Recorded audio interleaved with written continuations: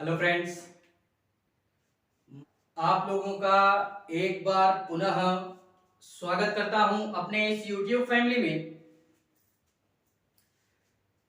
आज की क्लास में हम जो अध्ययन करने वाले हैं वो अध्ययन करेंगे इंडियन पॉलिटी की ही श्रृंखला में। इससे पहले जो भी सारी क्लासें हमारी हो रही थी इस इंडियन पॉलिटी की श्रृंखला से रिलेटेड, उनमें से कुछ वीडियोस का लिंक आपको नीचे डिस्क्रिप्शन में मिल जाएगा।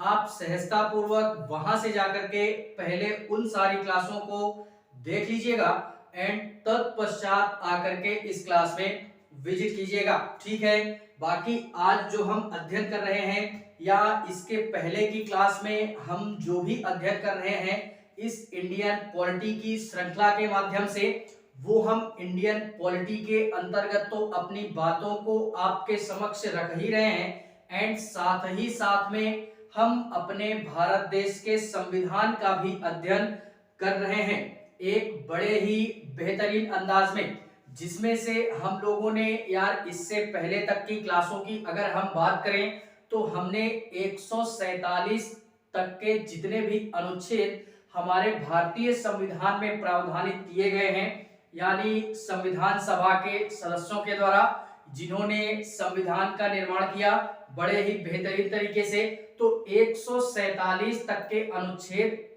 अनुच्छेदों का जिक्र अभी तक हम कर चुके हैं भारतीय संविधान के अंतर्गत इन सभी क्लासों के माध्यम से।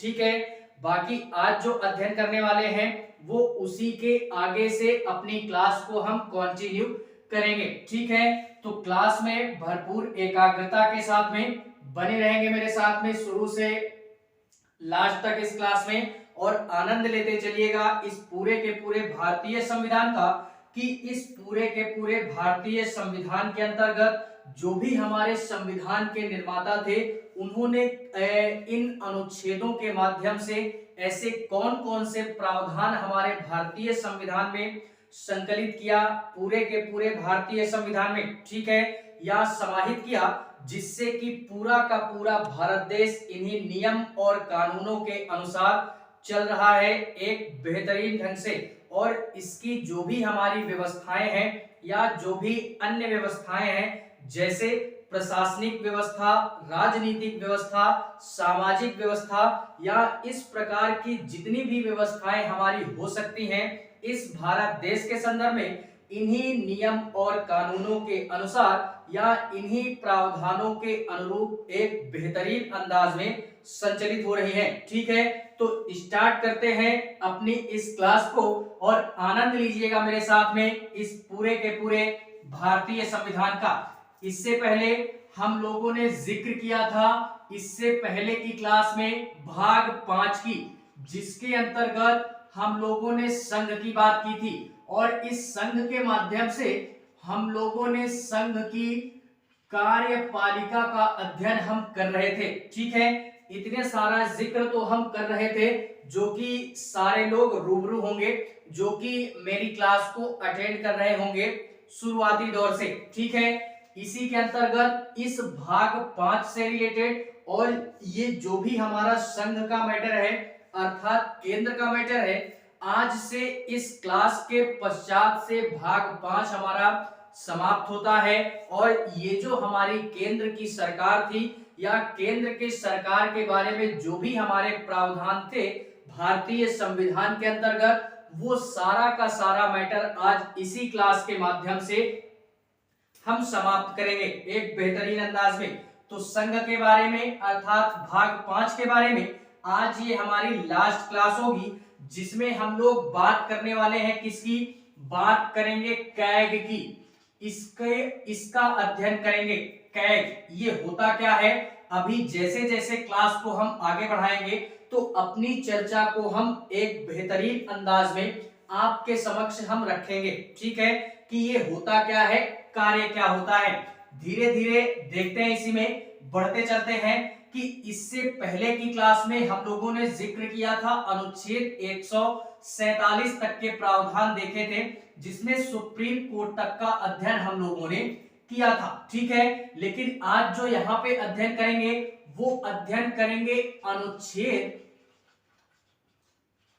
अनुच्छेद 148 से लेकर के 151 के मध्य में, यानी इसके मध्य में जितने भी अनुच्छेद हमारे भारतीय संविधान में प्रावधानित किए गए संविधान के निर्माताओं के द्वारा, उन्हीं सारे अनुच्छेदों का जिक्र आज इस क्लास में हम लोग करेंगे। ठीक है, और जहां तक हो सकेगा मेरा उद्देश्य यही होगा कि इन प्रावधानों को हमें रटना ना पड़े, एक बेहतरीन अंदाज में हम अपनी एक बौद्धिक क्षमता स्वयं की विकसित कर पाए, इस पॉलिटी के संदर्भ में भी और इस पूरे के पूरे भारतीय संविधान के तहत भी, या इसमें भी अपनी है एक हम परिपक्वता या परिपक्व अपनी एक बौद्धिक क्षमता का विकास कर सकें। ठीक है, तो मेरी क्लास का महज केवल और केवल उद्देश्य यही होगा। ठीक है, नजर डालते हैं अनुच्छेद 148 की, लेकिन इससे पहले हम लोग जिक्र करते हैं कि कैग होता क्या है। तो इसको हम लोग क्या बोलते हैं, यानी सी से क्या होता है, कंप्ट्रोलर। क्या होता है बेटा, कंप्ट्रोलर। कंप्ट्रोलर एंड ए से क्या होता है, auditor. Auditor, comptroller, auditor general. क्या बोलते हैं बेटा, कंप्ट्रोलर ऑडिटर जनरल के नाम से जानते हैं। ठीक है, कंप्ट्रोलर एंड ऑडिटर जनरल के नाम से इसको हम जानते हैं। अर्थात एक तथ्य यहां पे और नोट कीजिएगा कि जिस भी मतलब व्यक्ति के आगे या किसी भी अन्य चीजों के आगे अगर जहां भी ये जनरल शब्द यूज हो जाता है, वो अपने डिपार्टमेंट का हेड होता है। यानी जनरल अपने आप में एक ऐसा शब्द है जो कि एक बड़ी उपाधि को दर्शाता है। जैसे हम लोगों ने देखा था अभी जनरल बिपिन रावत सीडीएस के थे अधिकारी हमारे, तो उनके नाम के आगे जैसे जनरल लगा, तो ये जनरल जो शब्द है ये अपने आप में एक सर्वोच्च पद को क्या करता है, दर्शाता है। तो एक प्रकार से बोल सकते हैं कि ये जो कैग है हमारा, ये भारतीय संविधान का एक ऐसा पद है जो कि एक बेहतरीन अंदाज में भारत का या संपूर्ण भारत देश का एक हमारा सर्वोच्च पद होता है। ठीक है, तो इसको भी हमने याद रखना है। एंड इसको हिंदी में क्या बोलते हैं बेटा, तो इसको बोलते हैं नियंत्रक। याद रखना सारी बातों को, नियंत्रक। महालेखा, नियंत्रक महालेखा परीक्षक के नाम से जानते हैं। परीक्षक के नाम से जानते हैं, नियंत्रक एवं महालेखा परीक्षक या नियंत्रक महालेखा परीक्षक के नाम से इसको हम जानते हैं। ठीक है, जो कि बड़े ही बेहतरीन अंदाज में संविधान के जो भी हमारे निर्माता थे उन्होंने इस पद का सृजन करते हुए ये प्रावधानित कर दिया, जिसको अभी हम यहाँ पे बाकायदा एक एक अनुच्छेद के माध्यम से इनको हम तोड़ने का प्रयास करेंगे और समझने का भी प्रयास करेंगे। ठीक है, देखते हैं इसी में सर्वप्रथम ये इतनी सारी बातें हमारी हो गई, इनको याद रखना है। अब ये जो कंप्ट्रोलर एंड ऑडिटर जनरल का जो पद है ये लिया कहां से गया है, तो ये सर्वप्रथम भारत शासन अधिनियम 1935 से इस पद को क्या किया गया है, उठाया गया है। कहां से, भारत शासन अधिनियम, ये एक प्रकार का कानून था बेटा जो कि हम लोग जानते हैं। ठीक है, भारत शासन अधिनियम 1935 के तहत इस पद का क्या किया गया, सृजन किया गया, यानी इसको उठा करके भारतीय संविधान में समाहित कर दिया गया। अब इसको मतलब इंडिया में इस पद को बनाने का उद्देश्य क्या था, या भारतीय संविधान में इसको प्रावधानित करने का क्या उद्देश्य था संविधान के निर्माताओं का, तो इनका केवल और केवल एक ही उद्देश्य था। पहली बात तो हम ये देखते हैं कि कैग का पद बनाया क्यों गया। ठीक है, तो कैग का जो पद बनाया गया ये एक प्रकार से पूरे के पूरे भारत का ऑडिट करता है। क्या करता है, ऑडिट करता है। ऑडिट से तात्पर्य क्या है, ऑडिट से मतलब हिसाब किताब रखना, लेखा जोखा रखना ही हमारा ऑडिट कहलाता है। ठीक है। और ये किस चीज का ऑडिट करता है? ये करता है भारत सरकार के जो भी आय होगा, जो भी व्यय होगा, उस पूरे के पूरे मतलब आय और व्यय का ऑडिटर कौन है? कैग है, ठीक है। तो इसी कारणवश इस पद को बनाया गया। और सर्वप्रथम ये भी याद रखिएगा कि केवल और केवल कैग ही नहीं होते हैं हमारे, ये सर्वोच्च पद एकदम हेड की बात की जा रही है, ठीक है। बाकी इनके नीचे भी अधिकारी होते हैं। क्यों? क्योंकि यार आप खुद ही सोचो ना, इंडिया इतना बड़ा देश, पूरा का पूरा ऑडिट पूरे इंडिया का करना होगा तो एक ही व्यक्ति तो हैंडल कर नहीं सकता, तो इसके नीचे भी कई अधिकारियों की व्यवस्था हमारे की गई है, ठीक है। जैसे जैसे कि सर्वप्रथम हमारा पहले कैग होता है, इसके बाद में यूपीएससी की परीक्षा आप दोगे, उसमें यार हमारा होता है एक रेवेन्यू ऑफिसर यानी आईआरएस होता है, इंडियन रेवेन्यू सर्विस। तो ये एक प्रकार के पैसे का आय व्यय करते हैं जो कि इनके नीचे होते हैं, ठीक है। एंड उसी के पश्चात में और नीचे अगर हम बात करें आईआरएस के नीचे हमारे होते हैं, आप यार यूपी पीसीएस वगैरह का कोई भी एग्जाम दोगे तो वहां पे एक पद होता है आरओ का, ठीक है, यानी रिवेन्यू ऑफिसर। वो भी यार ऑडिट करते हैं। ऑडिट करने के पश्चात में वो आईआरएस वालों को अपनी रिपोर्ट भेजते हैं और आईआरएस वाले फिर अपनी रिपोर्ट वो कैग के पास भेजते हैं और लास्ट में जो कैग अपनी रिपोर्ट सौंपता है वो राष्ट्रपति महोदय को सौंपता है और राष्ट्रपति महोदय इस कैग की रिपोर्ट को लोकसभा के अध्यक्ष को सौंपते हैं और लोकसभा अध्यक्ष इस पूरे के पूरे रिपोर्ट को लोक लेखा समिति को सौंपती है जो कि पूरे भारत देश का क्या लेखा जोखा है वो उस पे पूरा का पूरा नियंत्रण या जांच करती है, ठीक है। तो इस प्रकार से हमारे कई सारे पद बनाए गए। पीसीएस के बजाय एक हमारा एसएससी के थ्रू भी एग्जाम लिया जाता है, एसएससी सीजीएल वगैरह, तो इसमें भी हमारा एक ऑडिटर का पद होता है, उसके नीचे हमारा लेखपाल होता है। तो इस प्रकार से हमारे यार कई सारे होते हैं। जैसे आप लोग याद रखिएगा कि सर्वप्रथम कैग होता है, कैग के पश्चात में यूपीएससी हमारी परीक्षा लेती है जिसमें आईआरएस नाम का एक पद होता है। पीसीएस में आते हैं, इसमें आरओ का पद होता है। एंड उसी के पश्चात में अगर हम लोग एसएससी सीजीएल की बात करें, सीजीएल में भी एक ऑडिटर का पद होता है, ये हमारा लेखा जोखा करता है। एंड इसी के नीचे फिर लेखपाल वगैरह आ जाते हैं, तो फिर वो अपने क्षेत्र का ऑडिटर करके ये इनको भेजते हैं अपने क्षेत्र का, फिर ये अपने क्षेत्र का इनको भेजते हैं, इनमें कई सारे अधिकारी होते हैं, ठीक है। और फिर अपने क्षेत्र का पूरा ऑडिट करके ये आईआरएस को भेजते हैं एंड पूरा का पूरा ऑडिट करके मटेरियल फिर ये अपने पापा जी को जो कि सर्वोच्च बैठे हुए हैं कैग महोदय, इनको सौंपते हैं। पूरे के पूरे इंडिया की रिपोर्ट इसी तरीके से बनाई जाती है, ठीक है। तो ये हमारा सिस्टम जो है पूरे के पूरे इंडिया का चलता है, कितना पैसा भारत सरकार खर्च कर रही है, कितना पैसा आय कर रही है, इसका पूरा का पूरा ब्यौरा, पूरा का पूरा लेखा और जोखा कौन रखता है? तो वो हमारा कैग रखता है।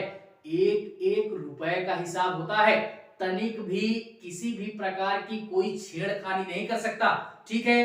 तो इस पद को इसी कारणवश बनाया गया कि भारत सरकार के द्वारा कितना पैसा आय किया जा रहा है, कितना व्यय किया जा रहा है एक साल के अंतर्गत, तो वही पूरा का पूरा ऑडिट कौन करता है? कैग करते हैं। ये तो हुई कैग की बात कि कैग होते कौन है और इनका कार्य क्या होता है, ठीक है। इतनी चीजें हम लोग समझ चुके हैं। इसी के पश्चात में अब हम अनुच्छेदों के वाइज बात करते हैं, ठीक है। इसमें इसके पहले देख लेते हैं इनकी नियुक्ति कौन करता है। बेटा सारी चीजों को पकड़ते चलना हमने। इसकी नियुक्ति कौन करता है? राष्ट्रपति महोदय। कौन करता है? राष्ट्रपति महोदय करते हैं कैग की नियुक्ति। और ये भी याद रखिएगा इनकी नियुक्ति होती है ना कि निर्वाचन होता है, ठीक है। तो नियुक्ति कौन करता है? राष्ट्रपति महोदय। किसकी नियुक्ति? नियंत्रक महालेखा परीक्षक अर्थात कैग की, ठीक है। और किसकी सलाह पे करते हैं? तो ये करते हैं प्रधानमंत्री जी की सलाह से, यानी एक प्रकार से बोले तो मंत्री परिषद की सलाह से ये राष्ट्रपति महोदय हमारे किसकी राष्ट्रपति महोदय ये इनकी सलाह से करते हैं और नियंत्रक महालेखा परीक्षक को नियुक्त करते हैं। नियुक्त क्यों करते हैं? पूरे के पूरे भारत देश का आय और व्यय का ऑडिट करने के लिए। ठीक है, ये हुई इनकी बात। अब इसी के पश्चात में इनका जो कार्यकाल होता है वो कितना होता है, यानी इनका जो पद होगा वो कब तक के लिए होगा, तो वो होगा 6 वर्ष के लिए। कितने वर्ष के लिए? 6 वर्ष के लिए या 65 वर्ष की आयु के लिए। इसमें कुछ बहुत अगर मेरे शेरों को कुछ याद आ रहा हो तो मुझे बताएं जरा सा कि ये जो हमारा पूरा का पूरा सिस्टम हम पढ़ रहे हैं बेटा, इसको हम सुप्रीम कोर्ट में पढ़ चुके हैं। ये सुप्रीम कोर्ट की एलिजिबिलिटी है और सुप्रीम कोर्ट का काम भी इसी प्रकार से होता है।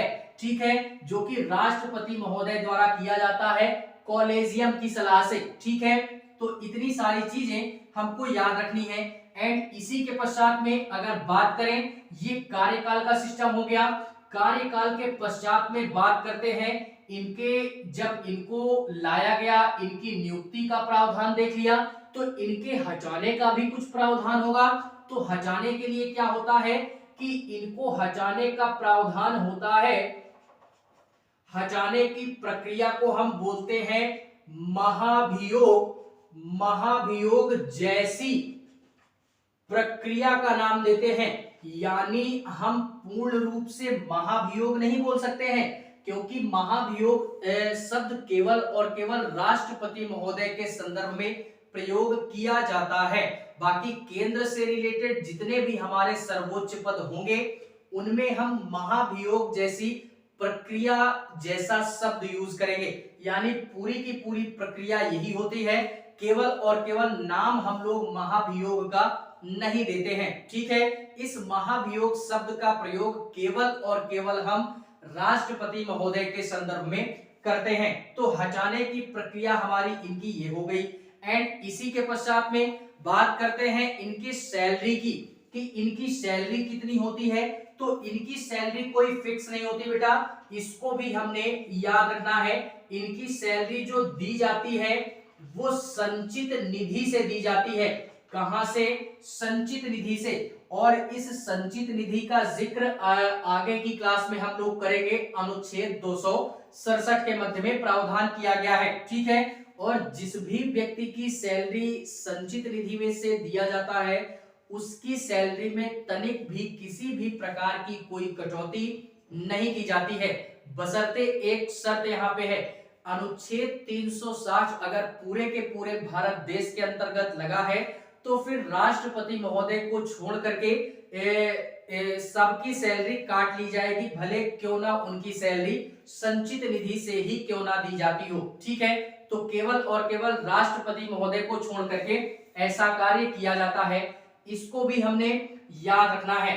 अब थोड़ी सी हम बात करते हैं किसकी बात करते हैं? बात करते हैं अनुच्छेदों की, जो कि 3-4 अनुच्छेद हैं हमारे, इनका जिक्र हम करते हैं। ठीक है, 1 by 1 देखते हैं। इसी में अनुच्छेदों का जिक्र करते हैं थोड़ा सा। ठीक है, सारी चीजों को देखते चलिएगा और आनंद लेते चलिएगा कि इस प्रकार का ये जो पद बनाया गया क्या वो सही बनाया गया या गलत बनाया गया। तो एकदम बेहतरीन अंदाज में बड़ा ही बेहतरीन पद का सृजन किया संविधान के निर्माताओं ने। ठीक है, इसमें क्या किया गया? अनुच्छेदों का जिक्र करते हैं। अनुच्छेद कितना? 148 की बात करते हैं। 148 की बात करते हैं। इसमें क्या बोला गया है कि कैग के पद का प्रावधान किया है। कैग के पद का प्रावधान किया गया है, यानी पूरे के पूरे भारत देश के अंतर्गत एक हमारा पद बनाया जाएगा जो कि संवैधानिक रूप से इस डिपार्टमेंट का अपना एक सर्वोच्च पद होगा। ठीक है, जो कि कैग का पद होगा। ठीक है, तो पद का प्रावधान कहां पे मिलता है? अनुच्छेद 148 के मध्य में। ठीक है, इसी के पश्चात में अनुच्छेद 149 ये क्या प्रावधान करता है? अनुच्छेद 149 प्रावधान करता है इनके कार्यों के संदर्भ में एंड इनकी शक्तियों के संदर्भ में। ठीक है, इनके कार्य कौन कौन से होते हैं और इनकी शक्तियां क्या होती है, इसका जिक्र मैं क्लास की स्टार्टिंग में ही कर चुका हूं। ठीक है, तो किस कारणवश इस पद को बनाया गया, और शक्ति तो काफी ढेर सारी होती है क्योंकि सर्वोच्च पद है इस डिपार्टमेंट का, तो काफी महत्वपूर्ण पद भी है और काफी शक्तिशाली पद है। ठीक है, इस डिपार्टमेंट का। एंड इसी के पश्चात में अनुच्छेद 150, याद रखना सारी बातें हमने। अनुच्छेद 150 क्या जिक्र करता है, अनुच्छेद 150 जिक्र करता है संघ एवं राज्य के लेखाओं के प्रारूप का प्रावधान करता है। क्या प्रावधान करता है बेटा, संघ एवं राज्य के लेखाओं के प्रारूप का प्रावधान करता है, प्रारूप का प्रावधान करता है। अब इससे क्या तात्पर्य है, यानी संघ एवं राज्य के लेखाओं के प्रारूप से तात्पर्य क्या है। अभी हम लोगों ने देखा ये पद पूरे इंडिया में एक ही होता है, ये राज्यों के भी लेखा जोखा करते हैं, ऑडिट करता है, राज्यों का भी ऑडिट करता है, एंड राज्यों के साथ साथ में ये केंद्र का ऑडिट तो करता ही है। ठीक है, तो पूरे इंडिया में एक ही पद होता है। और हम लोगों ने देखा अभी कि अगर राज्य में ऑडिट करना होगा तो कैसे करेंगे, कि केंद्र के स्तर पे तो आईआरएस जैसा पद हो गया, एंड पीसीएस जो राज्य के स्तर पर होगा आरओ एआरओ का पद होगा। ठीक है, समीक्षा अधिकारी, एंड इसी में अंतर्गत आता है ऑफिसर रैंक का है ये भी, एंड इसमें ये सीजीएल के थ्रू भी जाता है, एंड फिर जिले स्तर पर, ब्लॉक स्तर पर फिर लेखपाल वगैरह हो जाते हैं। ठीक है, तो इस प्रकार से हमारे इनके माध्यम से पूरे के पूरे इंडिया का जो भी रिपोर्ट है वो पापा जी के पास में पहुंचा देते हैं, ये इनके बेटे हो गए। ठीक है, तो इसको हमने याद रखना। और ये क्या बोलता है कि संघ एवं राज्य यानी दोनों के लेखाओं का यानी अकाउंट का क्या करता है, प्रारूप तैयार करता है। प्रारूप से तात्पर्य क्या है यार, सबका अपना अपना एक अंदाज होता है किसी भी चीज को बनाने का। जैसे हम लोग अगर जाते हैं किराना स्टोर की दुकान में तो उसका एक अपना अलग ढंग होता है पर्चा बनाने का। अगर वहीं हम चले जाते हैं डॉक्टर के पास में तो उसका अपना एक अलग अंदाज होता है पर्चा बनाने का। ठीक है, यानी जो भी अपनी लिस्टिंग वगैरह करता है। अन्य किसी के पास जाएंगे, टीचर वगैरह के पास जाएंगे तो उसके लिखने का अंदाज या किसी भी चीज को बनाने का अंदाज उसका कुछ दूसरा होता है। तो जस्ट उसी प्रकार से ये जो कैग होता है ये संघ अर्थात केंद्र और राज्य का जो भी अकाउंट होता है उसका प्रारूप तैयार करता है और उसी को अपने अंदाज में तैयार करता है, उसी का प्रावधान किया गया है। और इसके अंतर्गत ये भी बात बोली गई है, मतलब हालांकि संविधान में इसका कोई प्रावधान नहीं है लेकिन फिर भी ऐसा बोला जाता है इस अनुच्छेद 150 के अंतर्गत ही कि राष्ट्रपति महोदय को ये शक्ति प्रदान की गई है कि कैग को वो बोल सकते हैं कि आप अन्य कार्यों की भी जांच कर सकते हैं या आप अन्य कार्य भी कर सकते हैं इसी डिपार्टमेंट से जुड़े हुए जिसका किसी भी प्रकार का कोई प्रावधान भारतीय संविधान के अंतर्गत नहीं किया गया है। उस प्रकार का कार्य अगर राष्ट्रपति महोदय करवाना चाहते हैं तो फिर कैग महोदय को वो कार्य करना पड़ेगा। ठीक है, तो इतनी सारी बातें हमको क्या करनी है, याद रखनी है। इसी के पश्चात में बात करते हैं अनुच्छेद 151 की बात करते हैं। इसमें क्या बोला गया बेटा, इसमें ये बोला गया भारतीय संविधान के अंतर्गत कि संपरीक्षा प्रतिवेदन का प्रावधान किया गया है। संपरीक्षा प्रतिवेदन का प्रावधान किया गया है। संपरीक्षा प्रतिवेदन क्या है, यानी जो भी हमारी ऑडिट की हुई रिपोर्ट होगी, जो भी कैग के द्वारा जो भी रिपोर्ट तैयार की जाएगी, एक साल का पूरा भारत सरकार के अंतर्गत कितना पैसा आय किया गया, कितना व्यय किया गया, इसकी जो रिपोर्ट तैयार होगी वो रिपोर्ट का जो भी हमारे प्रावधान किया गया कहां पे, वो किया गया अनुच्छेद 151 के मध्य में। ठीक है, तो इसको भी हमने क्या करना है, याद रखना है। अब ये जो सारा सिस्टम है, इतने ही आर्टिकल हमको कैग के अंतर्गत पढ़ने थे। ठीक है, तो फिलहाल में ये सारा सिस्टम कैग से रिलेटेड था, जो कि यहीं पे आज से ये हमारा केंद्र का मैटर अर्थात भाग 5 की कार्यपालिका हमारी समाप्त होती है। ठीक है, लेकिन इसी के अंतर्गत एक तथ्य और देखते हैं कि जैसे ही ये रिपोर्ट तैयार होती है तो ये रिपोर्ट सौंपते किसको हैं, ये रिपोर्ट जो होती है कैग महोदय सौंपते किसको हैं, तो ये अपनी रिपोर्ट देते हैं बेटा किसको, यानी कैग अपनी रिपोर्ट देता है राष्ट्रपति महोदय को, राष्ट्रपति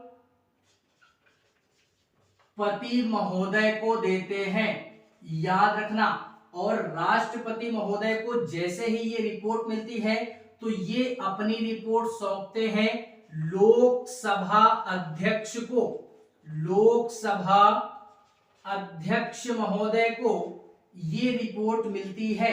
और जैसे ही ये रिपोर्ट इनको मिलती है तो ये रिपोर्ट किसको देते हैं, ये संसद में रिपोर्ट देते हैं, जो कि एक समिति बनाई गई है और उस समिति का नाम है लोक लेखा समिति के नाम से भी जानते हैं। ठीक है, यानी ये रिपोर्ट लोक लेखा समिति के पास में आती है जांच के लिए संसद में। ठीक है, और फाइनली ये बेहतरीन अंदाज में इसकी जांच भी करती है, किसकी जांच करती है, कैग के रिपोर्ट की जांच करती है। इस समिति का भी वही कार्य होता है जो कि कैग का होता है।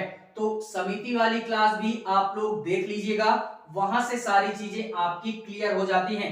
फिलहाल में थोड़ी सी जिक्र कर ही देते हैं। लोक लेखा समिति में लोकसभा से 15 सदस्य होते हैं, लोकसभा से 15 सदस्य एंड राज्यसभा से 7 सदस्य होते हैं। तो टोटल की अगर बात करें तो 22 सदस्यों की एक हमारी टीम होती है, जिसको हम लोग लोक लेखा समिति के नाम से जानते हैं। और इसका कार्य होता है कि कैग के रिपोर्टों की क्या करना, जांच करना। ठीक है, तो इसको भी हमने याद रखना है। और यार जब इन्हीं को रिपोर्ट सौंपनी होती है तो एक प्रश्न यहाँ पे बन सकता है, ये डायरेक्टली अपनी रिपोर्ट इनको क्यों नहीं देते हैं, इतना प्रोसेस करने की क्या आवश्यकता है।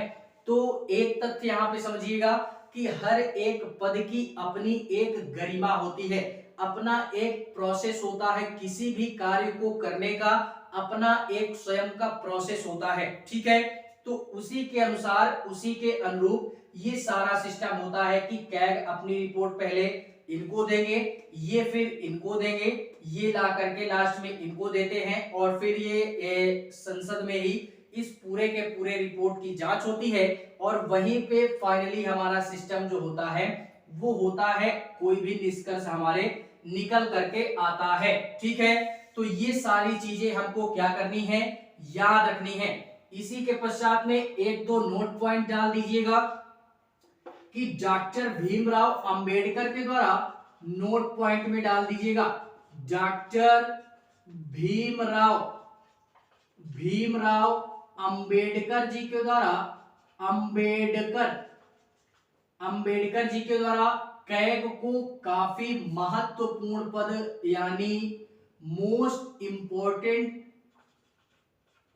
काफी महत्वपूर्ण पद बताया गया है या श्रेय दिया गया है, किसके द्वारा, डॉक्टर भीमराव अंबेडकर के द्वारा। एंड एक नोट पॉइंट और डाल दीजिएगा कि एक नोट पॉइंट ये डालेंगे हम लोग कि ये लोक लेखा समिति जो होती है ये कैग का क्या करती है, या एक प्रकार से कैग क्या करता है, इनके पथ प्रदर्शक के रूप में या एक प्रकार से मार्गदर्शक के रूप में कैग हमारा क्या करता है, लोक लेखा समिति का माना जाता है, ऐसा बोला जाता है। ठीक है, तो इसको भी हमने क्या करना है, याद रखना है। इसके अलावा कैग के और भी कार्य होते हैं, सरकार की जितनी भी हमारी गवर्नमेंटेड इंडस्ट्रीज हैं, फैक्ट्रीज हैं, उनकी भी ये जांच करता है, ऑडिट करता है।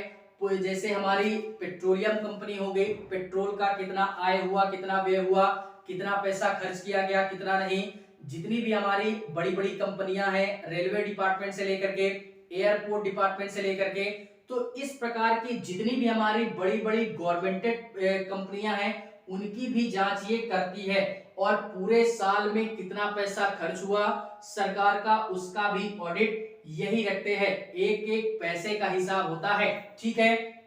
और ये जो रिपोर्ट होती है, ये इन्हीं को क्यों सौंपी जाती है? तो इनको भी सौंपने का एक रीजन है, क्योंकि लोक लेखा समिति का जो अध्यक्ष होता है वो विपक्ष का नेता होता है, जिसकी सरकार होती है वो नहीं होता है। तो इसका मतलब ये है कि लोक लेखा समिति जो जांच करेगी वो एकदम सटीक करेगी कि इनकी सरकार में इतना पैसा खर्च किया और इतना आय किया, इसमें किसी भी प्रकार का कोई घोटाला नहीं हो सकता है। इसी कारणवश लोक लेखा समिति को ही ये रिपोर्ट सौंपी जाती है, ठीक है। तो फिलहाल में ये थी हमारी कैग से रिलेटेड इतनी सारी बातें, जो कि भारतीय संविधान के अंतर्गत भाग 5 के माध्यम से संघ की कार्यपालिका में इसका बड़े ही बेहतरीन अंदाज में वर्णन किया गया है, ठीक है। आज से हमारा ये भाग 5 अर्थात संघ हमारा समाप्त होता है। इसके बाद से हम बात करेंगे या अपना जिक्र करेंगे भाग 6 की, जिसमें राज्य का वर्णन है। यहाँ पे संघ की कार्यपालिका थी, वहां पे हम लोग अध्ययन करेंगे राज्य की कार्यपालिका की। सारी चीजें सेम होंगी, केवल और केवल फर्क इतना होगा कि जहां राष्ट्रपति वहीं राज्य में हमारे राज्यपाल, जहां प्रधानमंत्री वहां राज्य में हमारे मुख्यमंत्री, वहां पे जो मंत्री यहाँ पे वो मंत्री, वहां पे अटॉर्नी जनरल यहाँ पे महाधिवक्ता एडवोकेट अटॉर्नी जनरल, ठीक है। तो केवल नाम चेंज करेंगे हम, बाकी सारा का सारा मैटर सेम होता है। ये सारी चीजें हमको याद रखनी है। तो फिलहाल में वहां पे जिक्र करेंगे, तो एक नए अंदाज में और एक बेहतरीन अंदाज में अपनी बातों को हम आपके समक्ष लेकर के आएंगे और जिक्र भी करेंगे, ठीक है। तो फिलहाल में ये थी हमारी कैग से रिलेटेड बातें। फिर भी क्लास अगर अच्छी लगे तो लाइक करें, कमेंट करें और चैनल को सब्सक्राइब जरूर करें। बाकी मिलते हैं इसी के नेक्स्ट पार्ट में, तब तक के लिए